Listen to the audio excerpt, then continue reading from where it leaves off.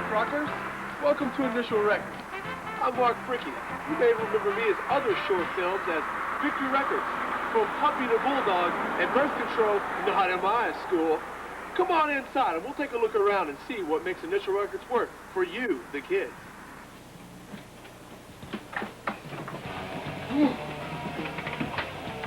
Welcome inside. It feels a lot better in here than it does out there, I must admit. Where I'm standing right now is the core of Initial Records. This is where the magic begins. What's that, Johnny? Slow down, you're going too fast. We'll get to that part later on. But right now, what we're going to do is we're going to walk through and show you the whole building, and we're going to work our way over to the west wing to go to Andy Rich's office. And you know who Andy Rich is. He's the man that made all of this possible for you and me. Come on, let's go this way, shall we? Well, come on, let's go.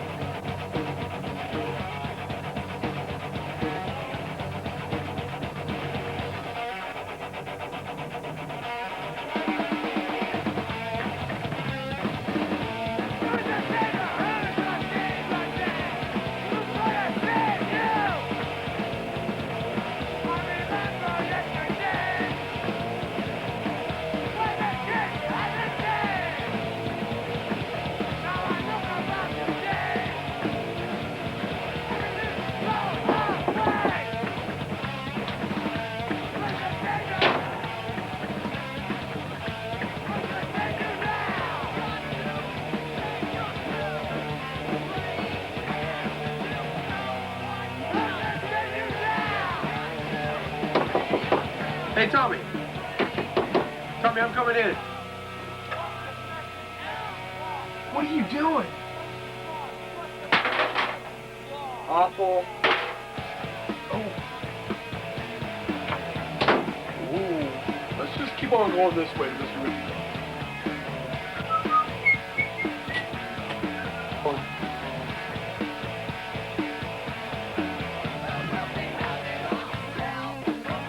All right, we've made it to Mr. Rich's office, and you will be happy to know that Andy gave his okay for a quick minute of his time for a Q&A session. And guess who's asking the questions?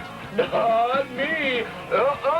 You are. You're going to email me in, and through electronic mail, I'm going to ask Andy your questions. Let's step on in.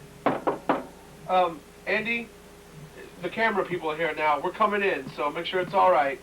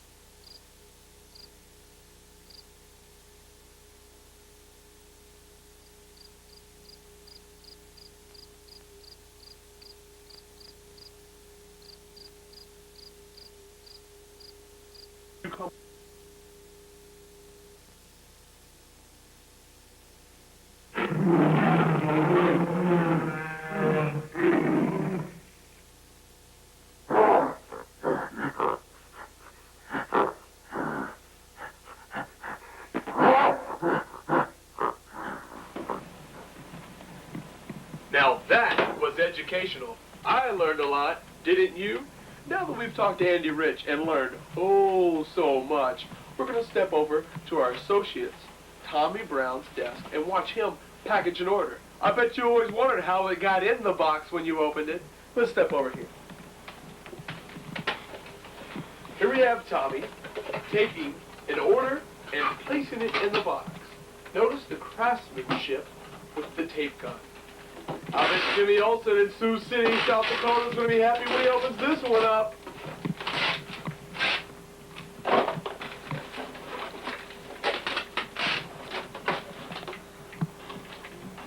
Well, now what we're going to do is, after you've learned that, we're going to show you how we pick the orders here. I bet you always wondered what was on the other side of the phone, and there's the phone call.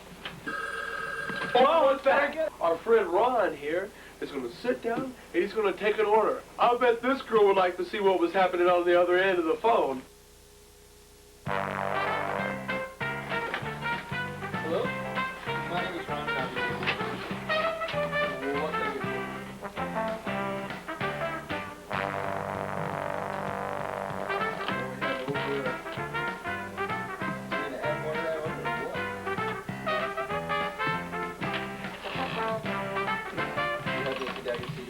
Notice the upselling techniques that are all trained.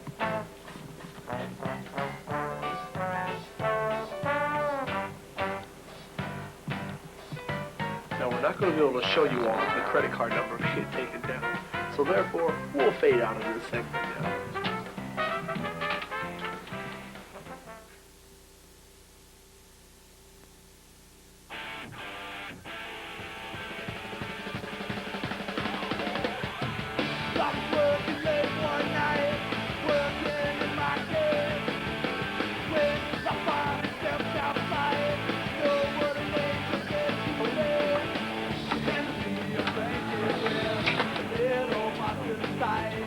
No tour would be complete without a trip to the bathroom. Hey, it's the first place you ask to see in most places. What we're going to do now is show you the process of the Party Polaroid. That's right, with every purchase of over $50, you get a Party Polaroid. And our star, Tommy Brown, does it. Here we see Tommy going through the grueling process of finding the right face. He's got a long list of 20 kids to send these photos out to. Perfection is always desired. Good work, Tommy. Keep it up. I'm trying, dude. And here we are. There's a Party Polaroid in place going on. All right, Tommy, you ready? Woo! That was All right. great! Next one. Ralph Slater. Oh, man, I got Ralph Slater. Sioux City, South Dakota. More feeling. More feeling. Come on. Yeah. All right. Next order. Ralph Stanley. Ralph Stanley. New Brunswick, New Jersey. 6850. Come on. Give it to me, baby. Give it to me. Next. Scott Vogel. Buffalo, New York. 7995. All right. Give it to me, baby. Give me some. Now, what we have for you is the actual calling of a phone order. Now you get to see what's on the other side of the phone. It's almost like we're watching the Jetsons.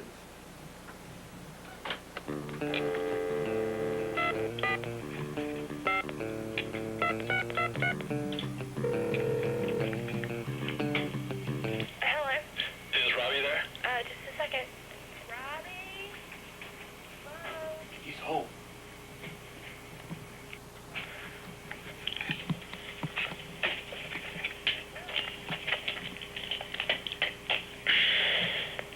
Hello? Robbie? Yeah. Hey, this is Andy from Initial Records. Yes. You just called here and placed an order? Yeah. I called to inform you that the initial hooded sweatshirt is only available in extra large, not 2X like you ordered. All I want is extra large. Oh, really? I mean, order an extra large, sorry.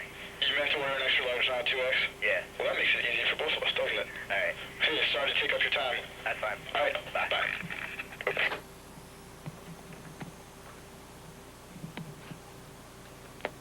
How's that for customer service?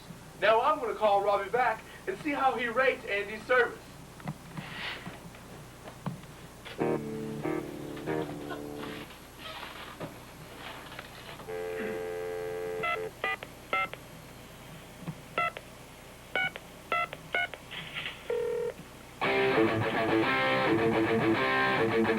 Hello? Hi, is Robbie there? Just a second. Thank you. Robbie? Yeah. How are you doing this afternoon? Fine. Yeah? Just hanging out around the house? Wait. Yeah? Excuse me? Excuse me? Oh, nothing. This is Mark Bricky from Initial Records. Yeah. How would you rate the customer service that Andy Rich just gave you? Fine. Fine? Mm-hmm. You can't explore on that anymore? No, it's like perfect. perfect? Yeah, can't do any better. Like, it's just what you expect from a hardcore record label? Yeah. I mean, we're talking the type of customer service one might expect from J. Crew or LL Bean. Yeah, I never ordered from any of those, but... That's right, because you're spending all your money with us, right, Robbie? Yeah. Robbie, now let me ask you a question here, seriously. All right. Living in Louisville, Kentucky, in the home of Initial Records, you choose to do stuff to mail order. Is there a reason why? No, I can't get many rides out where y'all are. Right. So I'd use the mail order. Right. Okay, Robbie. Well, you know what, Robbie? We really appreciate you being part of our movie. All right, thanks. Thank you, Robbie. Bye. Have a good afternoon. All right. Another satisfied customer. Initial Watch out,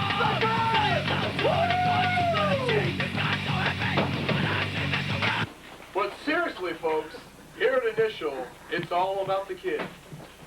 Well, friends, seems to be that time again. It's 6 o'clock, and you know what that means. I gotta go home to my old lady, and I don't even want to leave.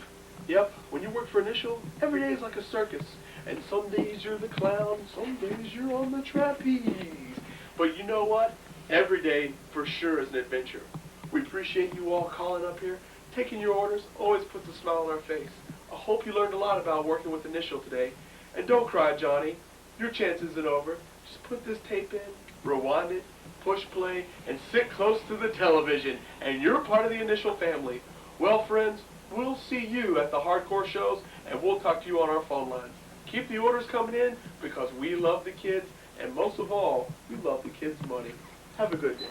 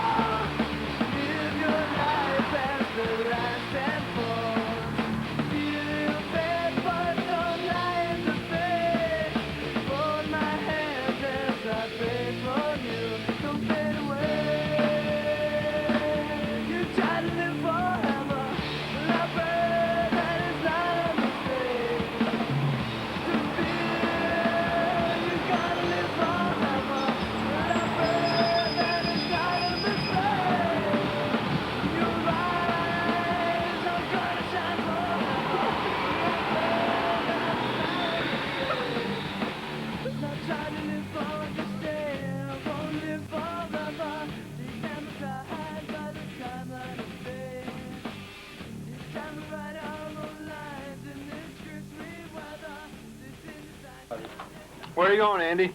Acting school. Acting school.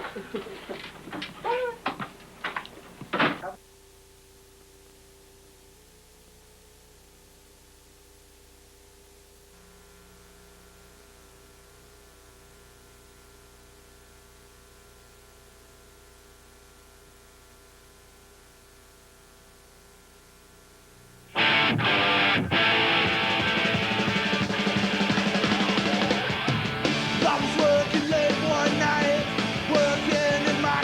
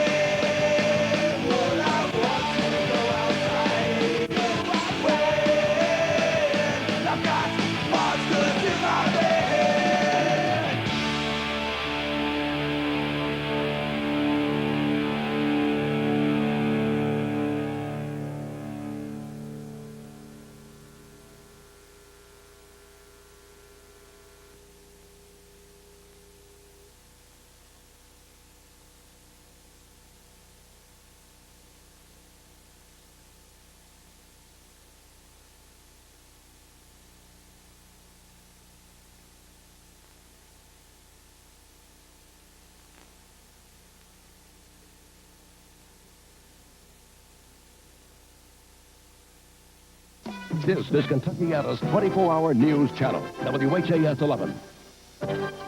Live at 6, from the leader in television news, Gary Rodemeyer and Melissa Swan. This is Kentuckiana's news channel, WHAS 11.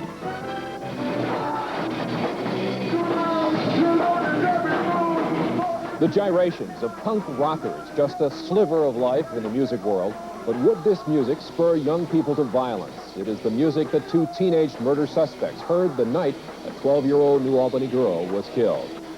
Good evening. Music lurks in the shadowy background of this murder case. The two murder suspects reportedly went to a punk rock performance just hours before Shanda Scherer was murdered.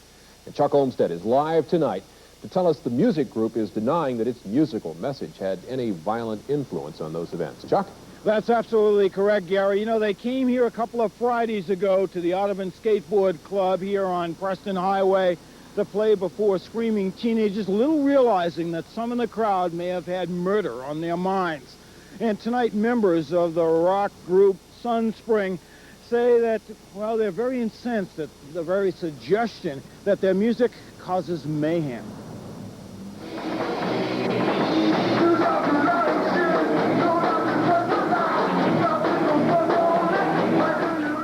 This is Sunspring performing last May at the collegiate school, but they never finished, halted minutes later because school officials feared it was getting out of hand.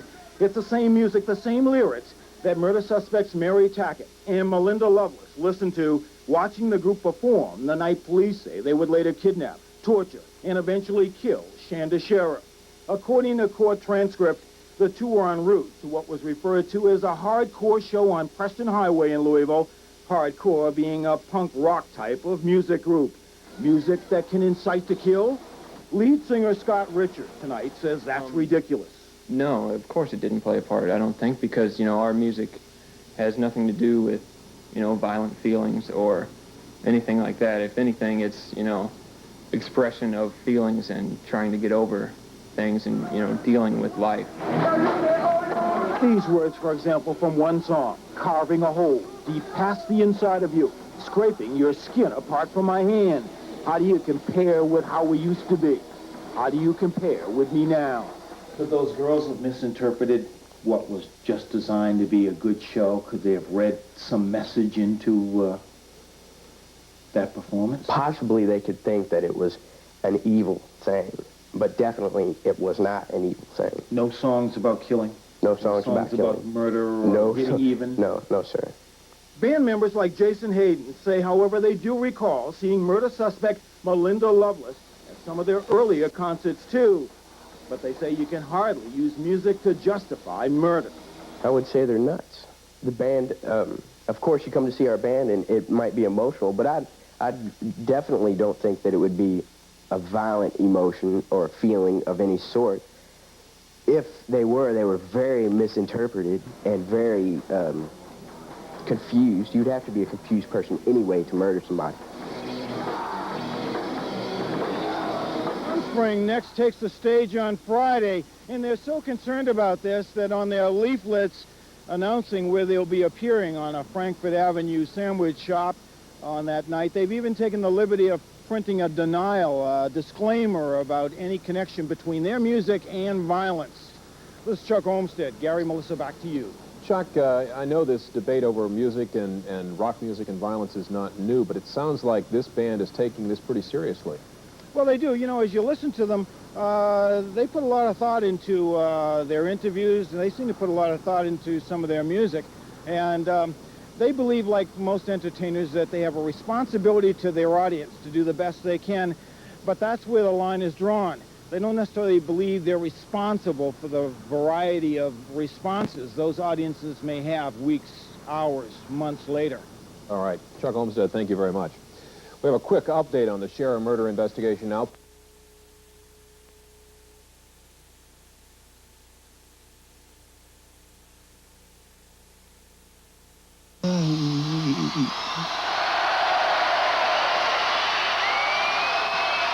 The Mission UK delivering the final video in 120 minutes tonight. Thanks again to Jimmer and Tim from the Rave Ups for stopping by, and thanks to you for tuning in. Join us again next Sunday night at 11:30 p.m., 10:30 Central.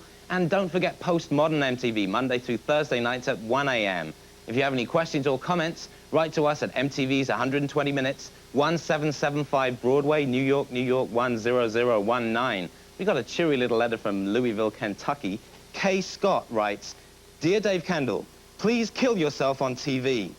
I would definitely watch all 120 minutes of your painful death. I'm all for world peace, as long as it doesn't involve foreigners. Submit yourself as a prop for WrestleMania 7. Milk me, why don't ya? The thing that worries me about you, Kay Scott, is not your obsession with the homicidal, homisadomasochistic, but the fact that you know how many WrestleManias there have been.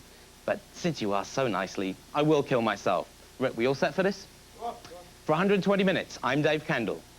I will see you later next Sunday night at 11:30 p.m. Till then...